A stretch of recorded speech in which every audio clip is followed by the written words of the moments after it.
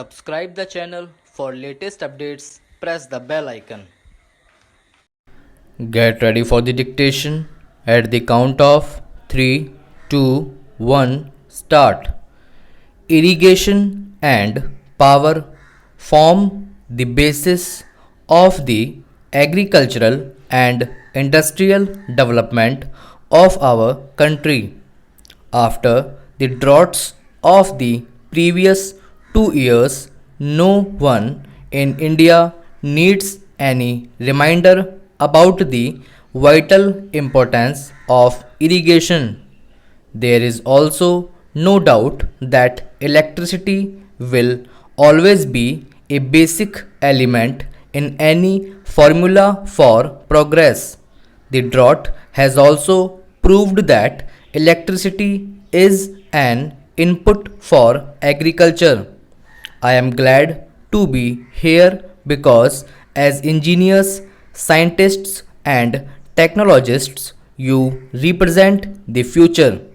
As citizens and administrators, we look to you to uncover our natural resources and suggest how best these might be exploited in the national interest. Technology is moving ahead in every direction, and day by day, new opportunities are opening up before all of us.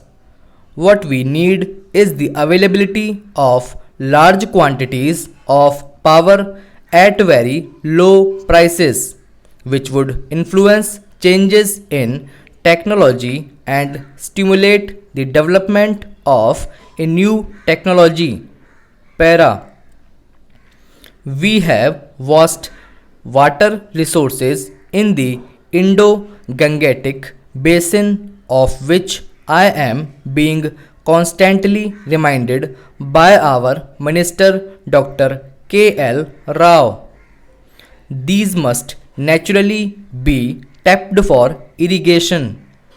When one merely thinks of all that our institutions or a board such as yours can do, the prospects are truly exciting and open up new vistas in many areas of national life. You have already mentioned, Mr. President, the importance of electrification, and I am glad to find that some aspects of rural electrification figure on your agenda. In most of our 5 lakh villages, people are still prisoners of daylight and therefore have a short working day. At one time, we hoped that we would be able to electrify at least 1 lakh villages by 1970, which is the Gandhi centenary year. I still hope that we will somehow manage to reach this target and will continue to make rapid progress towards bringing electricity to the remaining villages. Para. Today, we are able to build a good deal of the generating and transmission equipment which is required, but we have also to improve the economics of our power generation and transmission so as to supply cheap power to needy consumers and yet earn profits on the operations of our electricity undertakings. The development of regional grids will assist in optimizing the distribution system. This will be a great help to enrich all of us and yield better and quicker results. Para. Only a fraction of the cultivated area is at present irrigated. You, Mr. President, have remarked that we can double the acreage under irrigation so that cropping can be extended. The amount of land available is fixed, but the pressure on the available land is steadily increasing.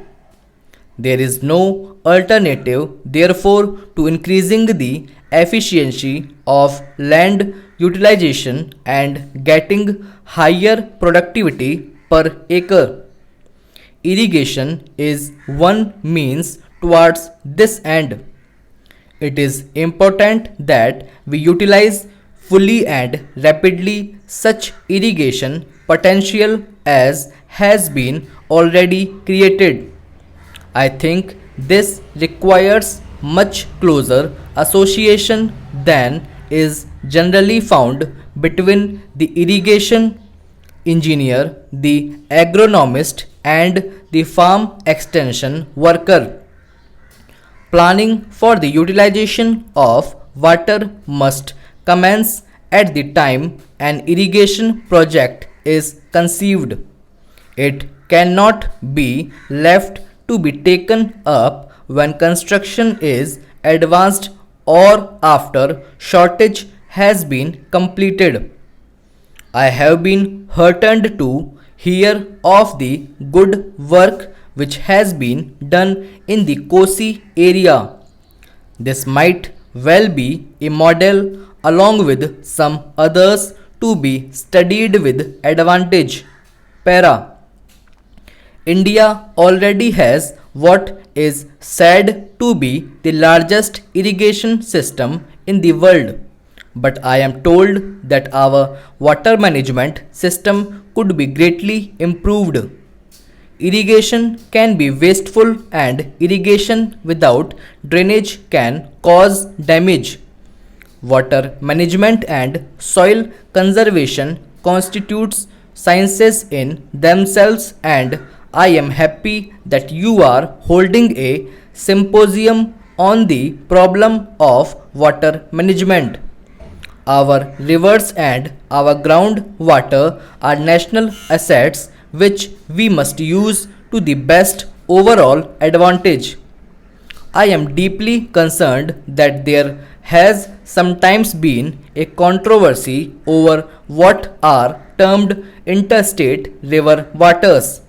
I am sure that technical solutions can be found to safeguard the legitimate interests of every region or state, and that these matters are best considered in a rational and scientific manner rather than on the basis of emotion.